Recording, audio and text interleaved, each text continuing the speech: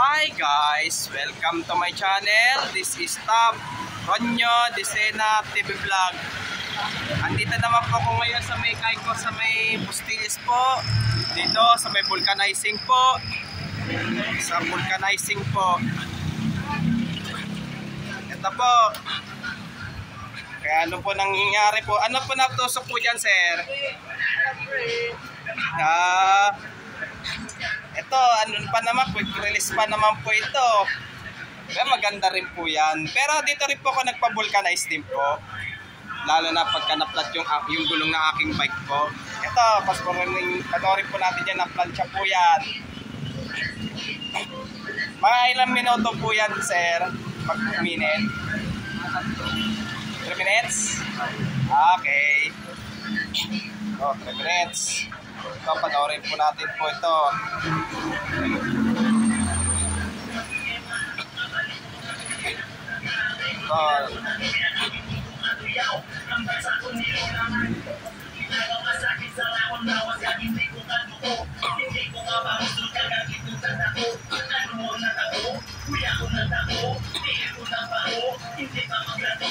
Ito, ano tawag po ulit po dyan, sir? Ano tawag po dyan? Ano tawag po dyan? Ano pa? Heater? Ayun. Tapos, i-check po ulit po yun. Check po ulit. Okay, butas pa po o wala na po.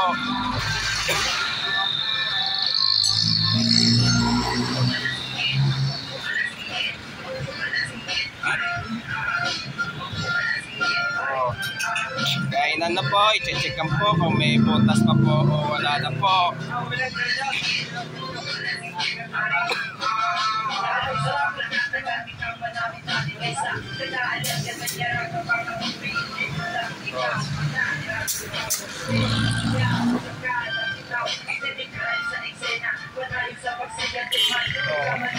Ito may butas. Pagka may bumubula, ibig sabihin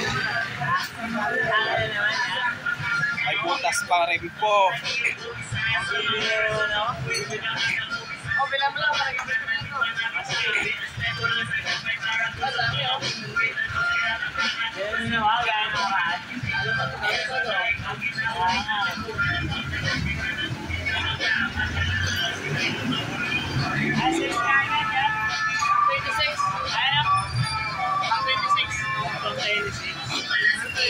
Kasi ano po nangyari, ito ang gulong po talagang ano na po siya, albo na po talaga. Kaya kailangan pag napunput na po yung gulong niyo po, lalo na po sa bike niyo po, bumili na rin po kayo ng gulong niyo rin po.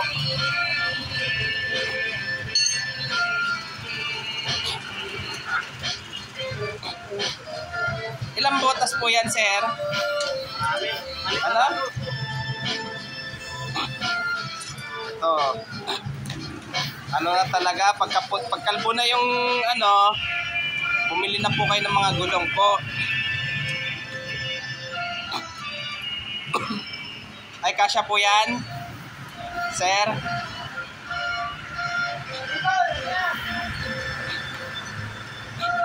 Pagkano may gulong din po dyan, bike po dyan, sir?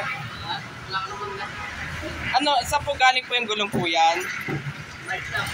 Bike shop din? Binili niya po yan? Okay. Ano, bibili na po siya ng bagong interior niya po. Okay. Sige, maraming salamat po, sir. Pagka ano na po, pag marami na pong butas yung interior po, bili-bili na lang po kayo. Maraming butas po yan. Pagka kalbo na po yung gulong ng bike po, bili-bili na po kayo, lalo na po sa bike po. At huwag nyo pong kalimutan mag-comment po kayo ng star po. At huwag nyo rin po kalimutan i-follow nyo na po ang aking Facebook page ko po. Ito po.